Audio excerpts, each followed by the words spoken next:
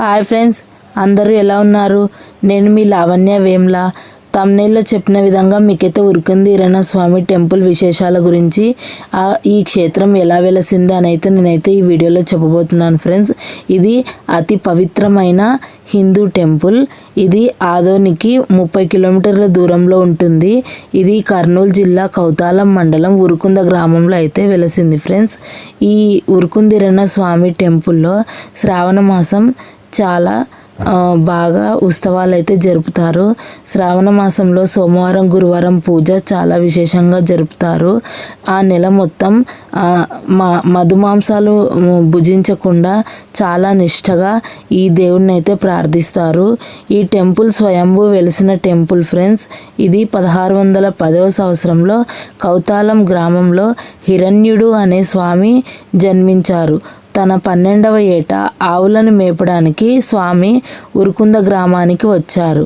ఆవులు గడ్డి మేస్తుంటే హిరణ్యుడు రావి చెట్టు కింద మౌనంగా కూర్చొని ఉంటాడంట ఫ్రెండ్స్. ఆ సమయంలో దారిన వెళ్తున్న ఒక సిద్ధుడు స్వామికి గురుబోధ చేశారంట. అంటే హిరణ్యుడు అనే స్వామివారికి గురుబోధ చేశారు సిద్ధుడైతే. దైవధ్యానం చేస్తూ లక్ష్మీనారాయణలను ప్రార్థించమని సిద్ధులు హిరణ్యుడికి చెబుతారు. అప్పటి నుంచి హిరణ్యుడు దైవధ్యానం చేస్తూ బాలబ్రహ్మచారిగా అశ్వత్థామ వృక్షం కింద కూర్చొని సమాధి ముద్రలో లక్ష్మీ నరసింహస్వామిని కీర్తిస్తూ గడిపేవారంట ఫ్రెండ్స్. అప్పటి నుండి ఈ క్షేత్రం అయితే ప్రసిద్ధి చెందింది. కౌతాలంలో హిరణ్యుడు తపస్సు చేసి రావి వృక్షం కింద ఉరుకుంద ఈరన్న స్వామి సన్నిధి ఏర్పాటు చేసి భక్తులు పూజలు చేస్తున్నారు ఫ్రెండ్స్. 1660వ సంవత్సరంలో అయితే స్వామివారి దేవాలయాన్ని ఇక్కడ నిర్మించారు ఫ్రెండ్స్. మళ్ళీ పునర్నిర్మాణం అయితే ఇప్పుడు 2 ఇయర్స్ నుంచి చేస్తున్నాను ఫ్రెండ్స్. ఇక్కడ గోపుర ప్రాకారాలు, చుట్టూ ప్రాకారాలు ఇంకా కొద్దిగా వర్క్ చేస్తున్నారు, రిపేర్లో ఉన్నాయి ఫ్రెండ్స్. 1995లో ఆలయాన్ని పునర్నిర్మించారు ఫ్రెండ్స్. ఇది పవిత్రమైన హిందూ క్షేత్రము. ఇక్కడ శ్రావణ మాసంలో చాలా బాగా పూజలు జరిపిస్తారు ఫ్రెండ్స్. ఇప్పుడైతే ఈ ఉరుకుంది ఈరన్న స్వామి క్షేత్రం మహిమాన్విత క్షేత్రంగా విరాజిల్లుతుంది ఫ్రెండ్స్.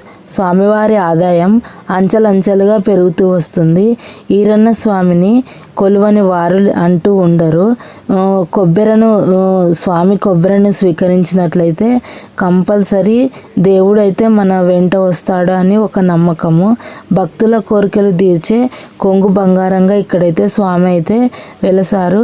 ఇక్కడ ప్రత్యేకంగా 4 వారాలు, శ్రావణ మాసంలో 4 వారాలు ఇసుకేస్తే రాలనంత మంది ఈ పుణ్యక్షేత్రంలో అయితే మనకు కనిపిస్తారు. మేమైతే వెళ్ళినప్పుడు శ్రావణ మాసము 2వ వారం కావడంతో భక్తులు కొద్దిగా తక్కువగానే ఉన్నారనిపించింది ఫ్రెండ్స్ మాకైతే. ఇక్కడ మేము మా ఊరు రాయచూరు నుండి మాకైతే అప్రాక్సిమేట్లీ 70 కిలోమీటర్స్ అలా అవుతుంది. మా పిల్లలు, మా హస్బెండ్, మేము అందరం కలిసి మేము ఉరుకుందిరన్న క్షేత్రానికి అయితే వెళ్ళాము. వాళ్ళు తలనీలాలు సమర్పించడానికి వెళ్ళి వచ్చిన తర్వాత మేమైతే దర్శనానికి వెళ్ళాం ఫ్రెండ్స్. ఇక్కడ చుట్టూ ప్రాకారాలు ఇంకా నిర్మిస్తున్నారు కాబట్టి ఈ వీడియో అనేది లోపలికి ఫోన్ అలో లేదు కాబట్టి బయటి ప్రాకారాలు, బయటి వ్యూ మాత్రమే నేను షూట్ చేయగలిగాను. ఇక్కడ శ్రావణ మాసం 30 రోజులు చాలా నిష్టగా అయితే పూజలు జరుపుతారు. మేము ఇక్కడ తలనీలాలు సమర్పించి దైవ దర్శనం కంప్లీట్ అయిన తర్వాత అన్నదాన క్షేత్రానికి వెళ్ళి అక్కడ మేము అన్నదానం చేసి వచ్చాము. ఇక్కడ మాకైతే ఒక తీపి అనుభవం ఎదురైంది ఫ్రెండ్స్. నాకైతే మేము అన్నదాన క్షేత్రానికి వెళ్ళినప్పుడు ఇక్కడైతే మా చిన్ననాటి లెక్కల టీచర్ అయితే నాకు కనిపించారు. ఇది అనుకోకుండా జరిగిన తీపి అనుభవం. ఈ వీడియో కొద్దిగా లేట్ అయింది నేను అప్లోడ్ చేయడం, కానీ ఫ్రెండ్స్ అండ్ రిలేటివ్స్ కొద్దిగా ఎడిటింగ్ వర్క్ నీట్గా చేయాలనే ఉద్దేశంతో దీన్ని అయితే నేను అలాగే హోల్డ్లో పెట్టి ఇప్పుడైతే నేనైతే ఎడిటింగ్ చేస్తున్నాను ఫ్రెండ్స్. అన్నదాన క్షేత్రంలో మేము ప్రసాదం స్వీకరిస్తూ ఉండగా మాకైతే నా స్కూల్ టీచర్ అయితే ఇక్కడ కలిశారు. అనుకోకుండా కలిసినందువలన నాకైతే చాలా ఆనందంగా అనిపించింది.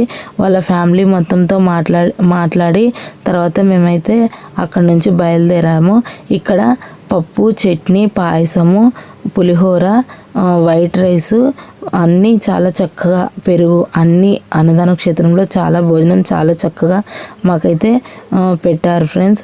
ఇక్కడ నేను నా చిన్ననాటి జ్ఞాపకాలు గుర్తు చేసుకుంటూ మా క్లాస్ టీచర్తో మాట్లాడిన తర్వాత మేమైతే ప్రసాదం స్వీకరించి ఇక్కడి నుంచి బయలుదేరాం ఫ్రెండ్స్. ఇక్కడ ప్రధాన ప్రసాదంగా ఉరుకుందిరన్న స్వామికి అయితే గోధుమల పాయసం చేస్తారు. ఉపవాస దీక్షలో స్వామివారికి ప్రసాదం రెడీ చేసి సమర్పిస్తారు. మేము గత 9 సంవత్సరాలుగా మేమైతే ఈ టెంపుల్కి వెళ్తున్నాము. కొన్ని మెమొరీస్ మా టీచర్తో కలిసి తీసుకున్న పిక్స్ అయితే మీకు నేను ఇప్పుడు చూపిస్తున్నాను ఫ్రెండ్స్. అక్కడ మాకైతే దర్శనం కంప్లీట్ అయిన తర్వాత మేము అన్నదాన క్షేత్రంలో నా చిన్ననాటి టీచర్ని వాళ్ళ ఫ్యామిలీని కలుసుకోవడం నాకు చాలా చాలా ఆనందంగా అనిపించింది. ఇది అనుకోకుండా ఎదురైన అనుభవం నాకైతే. ఇక్కడ వాళ్ళ అబ్బాయి, వాళ్ళ డాటర్ ఇల్లా ఫ్రెండ్స్, అక్కడ టీచర్ వాళ్ళ భర్త. మేము బయలుదేరేసరికి మాకైతే బస్సు అవైలబుల్ లేకపోవడంతో మేము అక్కడి నుంచి ఆటో మాట్లాడుకొని మళ్ళీ తిరుగు ప్రయాణము వచ్చేసాము. తిరుగు ప్రయాణం చేసి మా ప్రయాణం అయితే దర్శనం కంప్లీట్ చేసుకొని చాలా చక్కగా బయలుదేరాము. ఇక్కడైతే పచ్చని పొలాల నడుమ వ్యూ చూస్తూ చాలా ఆనందంగా మేమైతే దర్శనం కంప్లీట్ చేసుకొని తిరుగు ప్రయాణం మొదలుపెట్టాము ఫ్రెండ్స్. మీకు కనుక ఉరుకుందిరన్న స్వామి టెంపుల్ చూసినట్లయితే, దర్శనం చేసుకున్నట్లయితే మీకున్న అనుభవాలని కామెంట్ రూపంలో షేర్ చేయండి. మీరు శ్రావణవాసంలో ఏ వారంలో వెళ్ళి స్వామిని దర్శించుకుంటారో అది కూడా తెలపండి.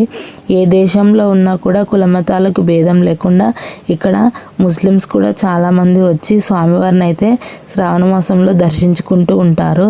ఇది స్వయంభుగా వెలిసిన ఏళ్ళ నాటి చరిత్ర కలిగిన అగ్గి లాంటి దేవుడు, చాలా మహిమాన్విత కలిగిన దేవుడు.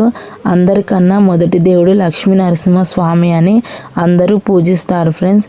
కాబట్టి మీరు ఏ దేవుడు అంటే ఇష్టపడతారు, మీకు లక్ష్మీ నరసింహస్వామితో ఉన్న అనుభవాలు ఏంటి, వీడియోలో షేర్ చేసి కామెంట్ రూపంలో తెలియచేయండి.